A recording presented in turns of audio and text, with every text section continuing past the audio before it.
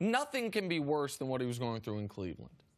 So in that regard, I think it's good. I also think the fact that I know Lonzo's going to be the starter. They can play at the same time, though. Lonzo's bigger. Lonzo can guard shooting guards. Isaiah's not guarding anybody anyway. I don't think it's bad for him to go to a team where when he's on the court, he can be more ball dominant, and a team that, if they whiff on their major free agents this upcoming season, might give Isaiah Thomas, similar to what J.J. Redick got in Philadelphia, a one-year giant balloon payment so you're not tied to long-term salary things to see if he gets healthier. Now, how is Isaiah Thomas going to deal with, this is his fourth team in the last 4.5 years, how is Isaiah Thomas going to deal with the emotional trauma of, remember when he was asked about, when he was still a Celtic, his pending free agency, and he said, oh, they're going to have to back up the Brinks truck.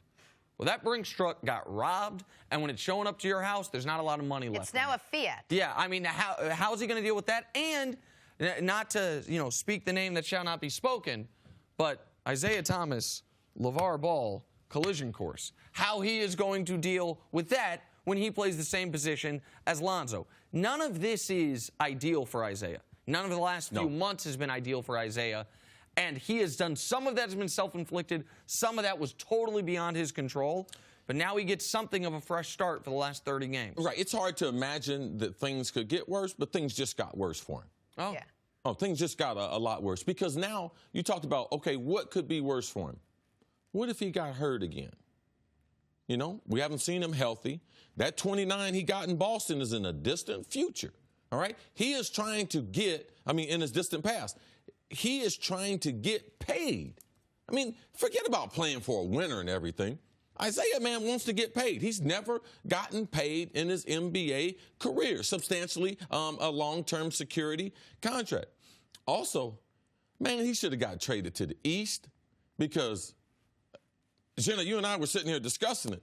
There's some names in the West that I'm concerned about him facing. He's got to play basketball in the West. He has to guard against guys like Damian Lillard and Russell Westbrook and Steph Curry and all of these guys that are so much harder than who he was guarding when he wasn't really guarding in the East with Cleveland. Another one, James Harden and Chris Paul. So you can't hide him when you play the best teams. He can't guard Steph. He can't guard Clay. So he might be able to play, and him having his agent text yesterday the jump during the show. Rachel Nichols, all caps. Isaiah will not be coming off the bench.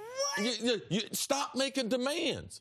What about fitting in somewhere? What about being a good teammate? What about, hey, Magic Johnson, you know something? Hey, whatever you need me to do, I can do. Because Magic's going to be pissed off when he sees Isaiah Thomas is not his childhood friend, Isaiah Thomas. Right, he's like, oh, this one? Yeah, and he's got a 5'8" guy coming into the locker room. So I believe this is going to be a rough season for Isaiah. If I was him, I would just go on the DL, just not making any comments, trying to fit into the scheme in Los Angeles, because Los Angeles, they do have a plan for the future, and I don't believe Isaiah's part of that. It is very difficult for people that have been incredibly successful in their lives, once they're grown-ups, grown men, grown women, whatever, to change significant pieces of their personality. Isaiah's bristly, me against the world nature is the only reason a 5'8" guy can be in the NBA and ever play at a high level. That chip on his shoulder is never going away. That chip on his shoulder, though, is only palatable when he's playing well. Instead, he's still hurt, and he's got the money hanging over him, and what he feels like is a betrayal from Boston. All those things work against him in what could end up being a sad story. At this point, now that he's off the Cavs, I'm rooting for Isaiah. I hope Isaiah turns the whole thing around. Wasn't working with him in the Cavs. The Cavs made the right move. I hope he turns it around, but his body right now has not allowed him to. Just like Isaiah, I need you as an adult to make some grown-up modifications to your personality. Me? You. No. Meanwhile, he's been there for 5 minutes. He's already made a point. It's going to be bad for him for a number of reasons. I don't believe that he's in the long-term plans of the Los Angeles Lakers, which Isaiah has never gotten that big contract that he's so desperately trying to get, and he should. His ability to get healthy, what if he gets hurt now? because now he's playing with a whole new group of teammates. And Isaiah, the last couple of years, he's been used to winning, being in the limelight, in the playoff race. You could see in yesterday his agent texting Rachel Nichols in all caps, "I'm not going there to sit the bench." So you already got a problem because they have a future star in Lonzo Ball that handpicked by Magic Johnson. I don't see Magic Johnson having a 5'8" point guard as he tries to bring basketball back to Los Angeles. Like, I don't see that. That is not Magic Johnson's business model, that I'm going to sign him to a Supermax contract. And Jenna, you have a list of names that you charted off to me earlier that, my goodness. The guys he has to guard in the West? Who's he going to guard? Damian Lillard, Russell Westbrook, Steph Curry, Dennis Smith Jr., Chris Paul. Yeah, it's better off being a small guard being in the East than it is in the West. Okay, so let's make this clear from the Lakers' perspective. What the Lakers got yesterday was cap room, a first-round pick, and a couple expiring contracts. One of them happened to have been Isaiah Thomas. They were not trading for Isaiah Thomas. They were trading for the fact that that contract expires. They're trading for an idea, a concept. Exactly right. The idea of signing superstars this offseason. Listen, the audience knows this, obviously. I want the Cavs to do well, right? Like, maybe I'm not supposed to be a fan. I am a fan of LeBron James. So I wanted Isaiah Thomas off this basketball team. But I feel badly for this guy. I feel badly for what's happened to him over the last 9 months, and he is a cautionary tale for any pro athlete that decides, you know what, I'm going to tough out this injury.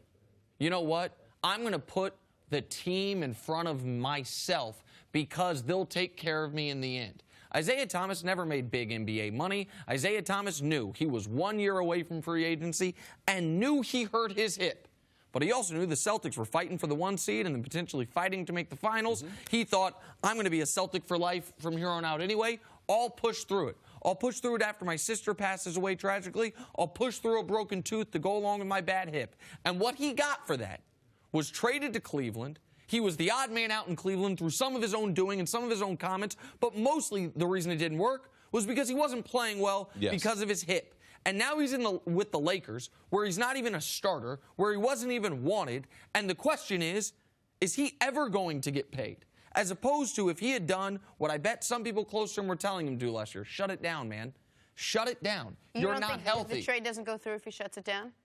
I'm saying that I don't know if the trade goes through or not, but I don't think he plays as poorly. I think he did additional damage to his hip in the playoffs last year. He did that for the Celtics. The Celtics won't even give him a 1-minute tribute video anymore. Like, for who? For what? And for other players out there, I think they will look at this as a reminder, man. Sometimes you got to put yourself ahead of the team, even if that's not what we talk about on the TV shows about team sports. That's why I'm taking a little vacation next week. I'm a little bit tired. I've been getting up very early. I'm putting myself... I'm just joking. I am not joking. Thanks for watching. Subscribe here to get the latest from the show. Also, be sure to check out more of the best clips from First Things First, or go watch a few segments from our other shows on FS1.